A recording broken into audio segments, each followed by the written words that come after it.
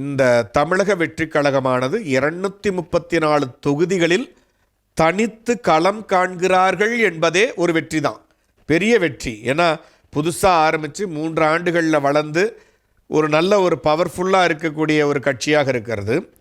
234 தொகுதிகளில் வேட்பாளர்களை நிறுத்தி பல்வேறு போராட்டங்களுக்கு இடையே, பிரச்சனைகளுக்கு இடையே இந்த வேட்பாளர்களை நிறுத்தி அவர்களுக்காக கேன்வாசிங் பண்ணி அவங்களுக்காக அவங்க உழைக்கிறார்கள் என்பதே உண்மையிலேயே நான் பார்க்கக்கூடிய பார்வை தமிழக வெற்றி கழகத்திற்கான ஒரு வெற்றியாகத்தான் எதிர்பார்க்கிறேன்.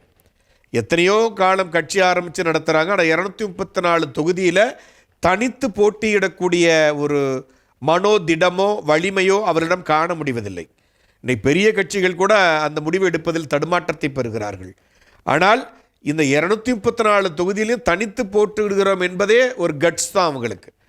இதுவே ஒரு நல்ல வெற்றி அவர்களை பொறுத்தளவைக்கும். ஆனால் 234 தொகுதியிலும் போட்டியிடக்கூடிய அவர்கள் எத்தனை தொகுதியில் வெற்றி பெறப் போகிறார்கள் என்பதை நம்ம ஜோதிட ரீதியாக பல்வேறு நிலைகளில் ஆய்வுக்குட்படுத்தும் பட்சத்தில் அந்த தலைவர்களுடைய ஜாதகங்கள், அந்த கட்சியை இயக்கக்கூடிய தலைவர்களுடைய ஜாதகங்கள், இவற்றையெல்லாம் எடுத்து ரொம்ப தெளிவாக ரொம்ப ஆணித்தனமாக ஆழமாக ஆய்வுக்குட்படுத்தும் போது பார்த்தீங்க அப்படின்னா பெருசாக வெற்றி வாய்ப்பு அப்படிங்கிறதை பெற முடியாத நிலை இருக்கிறது அப்படிங்கிறது தான் ஜோதிட ரீதியாக கணிக்கும் பொழுது.